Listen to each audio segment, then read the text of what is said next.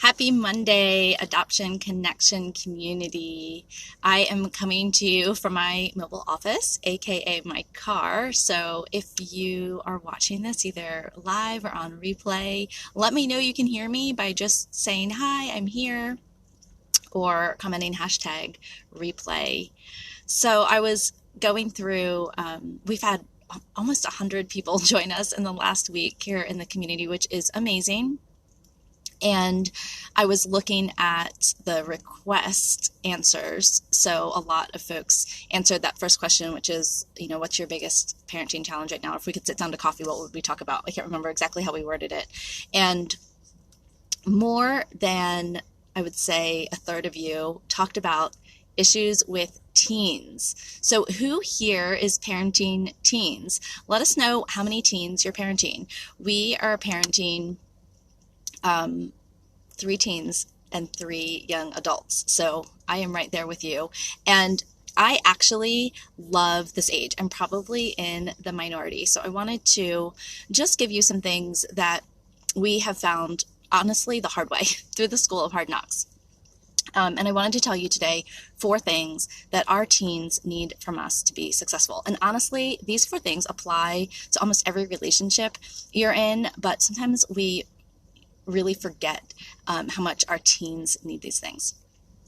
So the first thing is, it spells out an acronym, and it's from Dan Hughes, PACE, P-A-C-E. So the first thing our kids need from us is playfulness. And a lot of times it's easier to be playful with younger kids. It's hard to remember what that looks like with our teens, but a lot of our teens didn't have the innocent childhoods that we would have wished for them, and they need playfulness. And so this doesn't look like, getting down on the floor and playing pretend. We have to adjust for our older kids.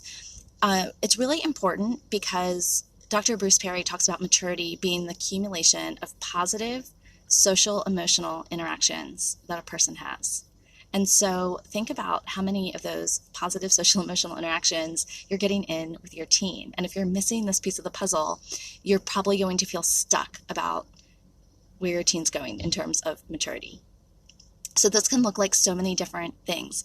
It means keeping our sense of humor about us whenever possible.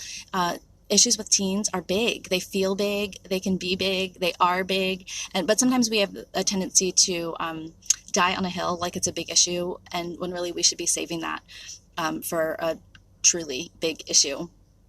My husband loves to video game, so he connects with my kids, with our kids, over gaming. We all like funny videos, humor. I do a lot of the taxi driving for our family, and so there's times to find humor when we're all stuck in the car together.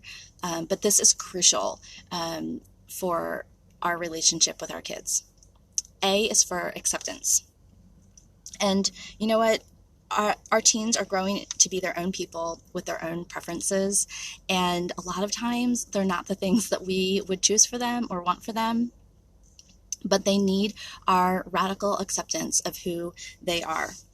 And one of the things that our kids have come back and told us that made a huge difference for them is that we were their biggest cheerleaders in all of their crazy ideas, as long as they were legal and remotely possible. Last night, our daughter had her first aerial silk lesson in our backyard, and she wanted to get into this maybe in October of last year. And there were a lot of things about it that scare us because it can be dangerous. She can fall, she can break her neck, like literally, and it's expensive. But she had money to put towards it, and she wanted a rig in her bedroom, and my husband spent hours trying to figure out the engineering way to help her, how much force she might be putting on a silk, especially if she was doing drops. And, he dragged like 8, 12-inch wide boards up into our attic and, reinforced it so she could have a rig in her bedroom. And then she needed a higher rig, and so she wanted to put one outside, and they're expensive, but she had money for it. And so we said yes, and so she sets up this 20-foot rig in our backyard and does crazy things.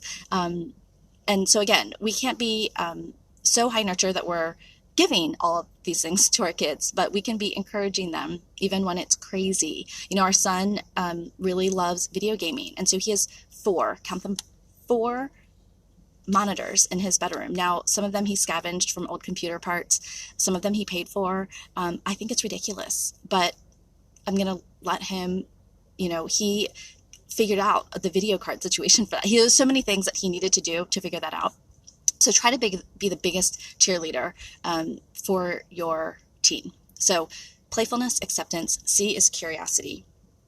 And it can be easy to assume the worst about our teens, but try to be curious about what's going on with them. Try to help them see that you're willing to understand their world and not just fall into the trap of believing the story that our brain is telling us about what they're doing. I think I've told the story before, but a while ago, our son left in the middle of the night. I think I woke up, I heard the door at like 2 a.m. and he's up all night anyway, a lot. And, if you had a 17-year-old son who was opening your front door at 2 a.m., what would you think? I know, I thought all the things, right? And so the next day, I got up, I can't remember, but using that playfulness, I was kind of like, dude, what was so important, at 2 a.m. yesterday or whatever, last night? And it turns out that he remembered that he had bought milk and wasn't sure he had brought it into the house. And he woke up or remembered at 2 a.m. that there might still be a gallon of milk rotting in our car. And so he went out to check to see if it was out there, if he had remembered to bring it in. So, it was not the story that was going on in my head. And so I could have had a big reaction to that. Why were you sneaking out at 2 a.m. and miss an opportunity there? And then lastly, our kids need empathy from us. They need us to be empathetic. So even if you can't relate to your teen's angst or what's going on in their world, or you think it's ridiculous, then we still need to be empathetic that it must be hard or it must be terrible to feel that way. And so think about, the things you want to say are like, that's dumb, or you're not going to think that in 10 years, or, all those things. Those are the things that are going through my head a lot, but we want to be empathetic. Yeah, that must be really, really hard. I can see why that would be so hard. Thanks for sharing. That's one of our favorite lines. If I don't want to agree with something, but I want to be empathetic to it. So our teens need our playfulness and connection, our acceptance, our curiosity, and our empathy. And those are the things that are going to propel them so they can be successful in whatever that means for them and for you. So I hope that was helpful. If you are watching this on Instagram TV or YouTube and would like to join in the conversation, we'll be talking more about this throughout the week in our free Facebook group. You can join us at theadoptionconnection.com/Facebook. I'll see you next time.